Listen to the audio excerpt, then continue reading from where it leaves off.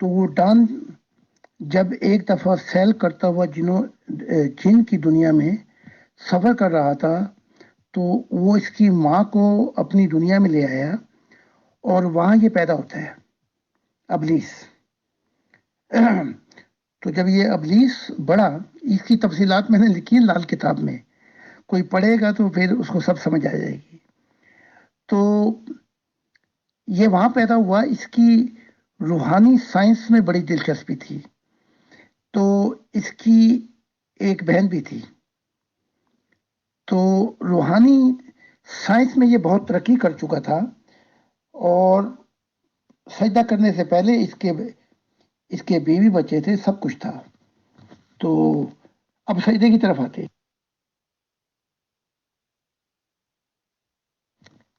سجدے سے مراد یہ نہیں کہ خدا بیٹھا ہوا ہے اور ایک مٹی کا پتلا بنوایا ہوا کا سجدہ کرو، ایسی بات نہیں تھی. ابلیس خلاف تھا کہ انسانی کائنات تخلیق نہ کی جائے، روحانی روح، انسانی روحیں تخلیق نہ کی جائیں. اور یہ اکیلا نہیں تھا، اس کے ساتھ بہت تھے جنہوں نے اعتراضات کیے تھے. بہرحال خدا نے کہا، خدا جو چاہتا ہے وہ کر دیتا ہے. خدا نے کہا جو میں جانتا ہوں تمہیں خبر نہیں. تو جب یہ روح پھوکی، اس روح کی جب پیدا کیا روح میں، پھر اپنی روح پھوکی تو وہ جیتی جان ہوا، وہ روح بنی. یہ تو بہت پہلے کی بات ہے، یہاں تو وقت بھی نہیں پہنچ سکتا. تو پھر یہ جو ابلیس تھا، اس نے پہلے تو اس نے بڑی کوشش کی ہے کہ انسانی روح خدا کی طرف آ جائے.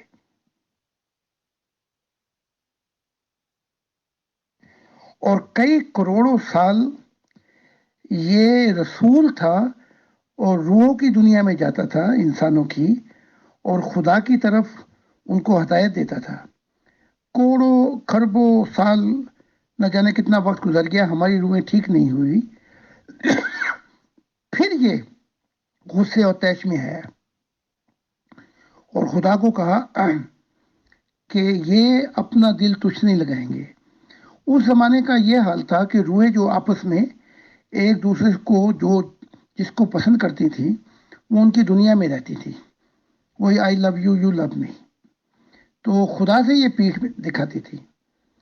تو یہ وہ زمانے تھے جب آخر میں اس کی ناک میں دم ہو گیا، ابلیس کی اور فرشتوں کی اور مخلوق کی، تب وہ گرے ہیں. اس کے بعد کے جو معاملے ہیں زمین کے، وہ بھی بڑے لمبے ہیں.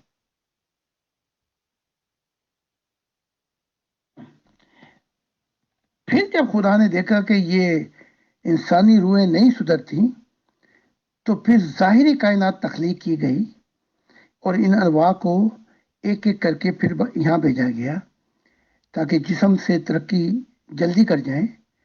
80 سال کی زندگی جسم کے ساتھ، روحانی ترقی یوں ہو جاتی ہے جیسے 30 کروڑ سال روح کی دنیا میں. لیکن یہ یہاں بھی نہیں، وہی بات آ گئی کہ کتے کی دم یہاں رکھی گئی تھی، وہ پھر بھی پٹھی کی پٹھی نکلی. تو اس شیطان بننے میں ہم اسے شیطان کہتے ہیں، لیکن اصل پارٹنرشپ جو ہے شیطانی، وہ ہماری بھی ہے اس کے ساتھ. ہم اس کے بالکل پارٹنر ہیں.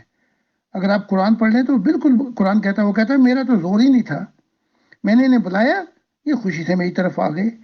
تو انسان جو ہے، یہ آدمیت، یہ شیطان کا پارٹنر ہے. اصل میں شیطان یہ انسان ہے، انسان نہیں بلکہ آدمی. ان کو انسان نہیں کہنا چاہیے. محترم زاہد خان صاحب، اصل میں مجھے بھی طرح طرح کی باتیں لوگ بہت پہلے سے بتاتے رہتے ہیں آپ کے ریگارڈنگ، وہ میں شیئر بھی کرنا چاہتا ہوں آپ سے بھی اور سبھی گروپ ممبر سے بھی. But if you are comfortable, اور اگر آپ مائنڈ نہ کریں سر، میں یہ جاننا چاہتا ہوں پہلے کہ یہ تو معلوم ہے کہ آپ کی پیدائش پاکستان میں ہوئی ہے، تو کتنی ایج کے ہونے کے بعد آپ نے پاکستان چھوڑ دیا تھا سر؟ پلس آپ کی کوالیفیکیشنز کیا ہیں؟ کیا آپ نے اسکول، کالج یا گریجویشن وغیرہ پاکستان سے پہلے کر لیا تھا، یا یہ کہ وہاں بہت ہی تھوڑی تعلیم حاصل کرنے کے بعد آپ جرمنی سیٹلڈ ہو گئے تھے اور آپ نے ہائر ایجوکیشن وہاں سے لی؟ ان آل میرا چھوٹا سا سوال آپ سے یہ ہے کہ آپ کی کوالیفیکیشنز کیا ہیں دنیاوی، اگر آپ بتانا مناسب سمجھیں تو پلیز بتا دیجیے، ویسے آپ کی مرضی، تاکہ میں اپنی بات آسانی سے بول سکوں سر. شکریہ.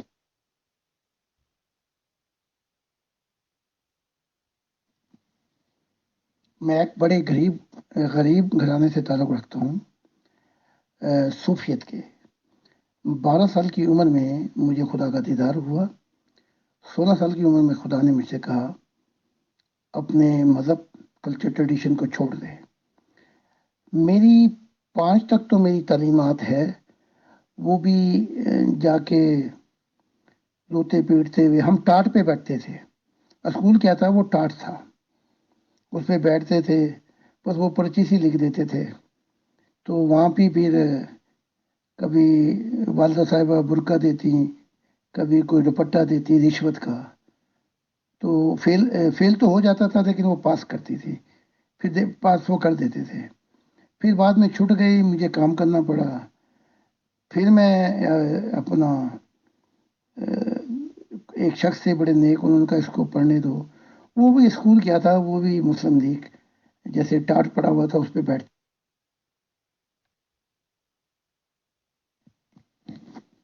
تو وہاں بھی میں، پڑھائی تو تھی نہیں، کتابیں بھی نہیں تھیں. تو وہاں بھی اس نیک شخص نے تھوڑے سے پرچے دے کے مجھے سرٹیفکیٹ بنوا دیا تھا. یہ پاکستان کے حالات ہیں. پھر جب خدا نے کہا تو پھر میں نے 17 سال کی عمر میں، تقریباً 17-18 کے درمیان، میں نے پاکستان کو چھوڑ کے افغانستان آ گیا تھا. باقی جتنی میری تعلیمات ہیں وہ اتنی تھیں جو پاکستان کی.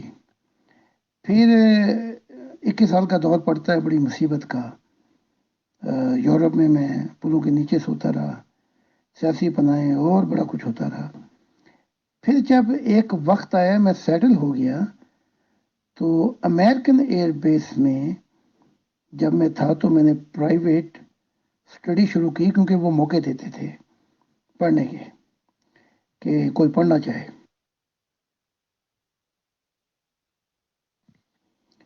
تو مجھے بڑی دلچسپی تھی لائبریری میں بھی جانے کی، کتابوں کی اسٹڈی کرنے کی بھی. ساتھ ساتھ مشن بھی تھا. پھر فرشتوں نے بھی کہا کہ میں دوسری تعلیمات جو ہیں ان کو حاصل کروں. تو پھر وہ میں جب تیاری کرتا تھا تو یونائٹڈ اسٹیٹ ایئر فورس وہ میرے کاغذ بھیج دیتے تھے امریکہ. تو پھر وہ میرا امتحان ہوتا تھا، تو اس میں پھر وہ مجھے کلیئر کرتے تھے. تو اس میں نے یہ تھیالوجی جو ہے اور یہ بدھ مذہب، ہندو، یہ سب، ان میں نے پرائیویٹ طریقے سے امریکہ میں اپنا میرا وہ بھیجتے تھے یونائٹڈ اسٹیٹ ایئر فورس کو. تو اس میں پھر میں نے اسٹڈی کی. اور یہ جو دینیات کے مسئلے ہیں، دینیات کا، مذہب کا، اس میں میرے 100 میں سے تقریباً 96 نمبر تھے میرے. تو وہ ذاتی میری پرائیویٹ اسٹڈی تھی، اس میں بھی بس ایک ہی ڈگری تھی، باقی کچھ بھی نہیں تھا. انکساری عاجزی عظمت کا ہے نشان، پھول سے پھل سے بھری ڈال جھکا کرتی ہے. محترم زاہد خان صاحب، حالانکہ میں خود کمفرٹیبل نہیں تھا آپ سے یہ سوال کرنے میں، اور میں کافی ہیزیٹیشن محسوس کر رہا تھا، بٹ آپ نے ایز یوزل اس سوال کا جواب بھی بہت ہی سادگی کے ساتھ، بہت سمپل ورڈز میں اور حقیقت کا دیا. میں آپ کا تھینک فل ہوں سر. اصل میں ہوتا کیا ہے کہ جب سے میری آپ سے بات چیت شروع ہوئی تھی واٹس ایپ کی دنیا میں، اور مجھے آپ کا تعارف ہوا تھا، اور میری آپ کی بہت کم بات چیت ہوتی تھی، تو مجھے بہت لوگوں کے فون آئے کہ ہم نے قتل کی دھمکی دے رکھی ہے محترم زاہد خان صاحب کو، اور مجھے بھی کہا کہ امیر فیصل، امیت اگروال آپ کو بھی قتل کر دیں گے، آپ ان سے بات کرنا چھوڑو، یہ کرو وہ کرو.